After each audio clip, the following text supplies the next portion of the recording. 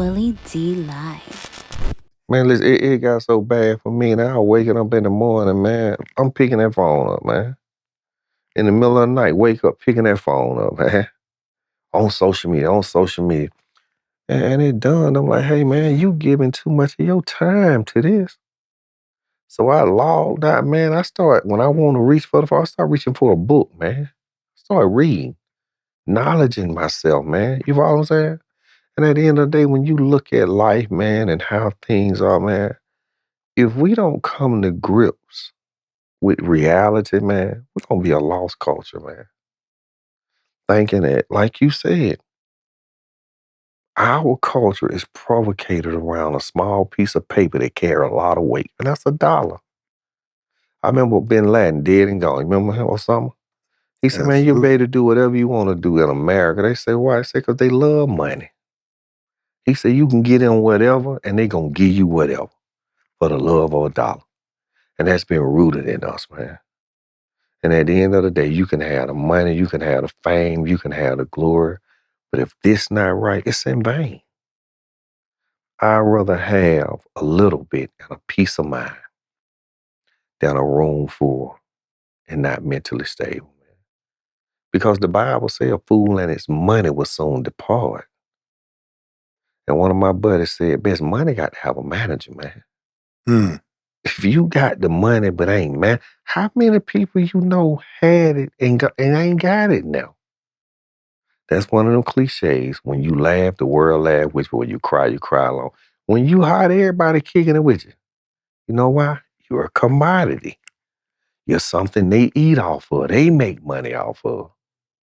But when you sit down, man, and you in that room by yourself, and I can imagine as an artist, you know, the thoughts. The majority of the people around me, because I'm the breadwinner. It's like that computer over there. If it get a virus, it stop. You the computer. You get a virus, all this shit stop, man. You feel me? And like my attorney said, that's a heavy burden to bear. But no matter how heavy the burden is, man, you know, like you got to have somebody you can confide in. It's okay to raise your hand and say, hey, I need a little help, man. You know, this load getting too heavy for me. When I lost my son, I went to the cemetery to make arrangements. I asked his mama, what are we doing here? And she said, Corey, we're not supposed to be here. When I walked out, I had to call my team and say, hey, man, you know, I've buried a lot of my family. I know the process. But this too much, man. Y'all got to take over. I was emotionally, I couldn't do it, bro. And that's the problem with us as men. We don't ask for help, man. We want to do everything ourselves. And that's why we make so many mistakes. There you go. That's right. Now that's like, as Quan would say, that's a bar. Yeah. Yeah, like you say, you don't want to ask for help, but you'll rather keep messing up instead of saying, hey, Willie, it's like you got a podcast. If I was entertaining the thought of a podcast, why wouldn't I call you and say, hey, man, how did you start?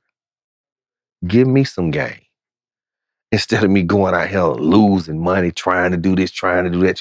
You know, it's okay to ask people, man. It's okay, but guess what? That's something we don't do amongst each other, man.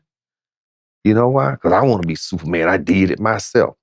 I used to tell my baby brothers, I say, hey, man, it's like you rebel against me because of what I got going on. And he would say something like, well, you know, you got yours, I got to get mine. And I used to tell him, but if I went 300 miles to get to the destination, but I can give you some direction that can get you there in 50 miles, why not take the shorter route, son? Because I went there first and I know my mistakes and my errors. And now he gets it. You follow me?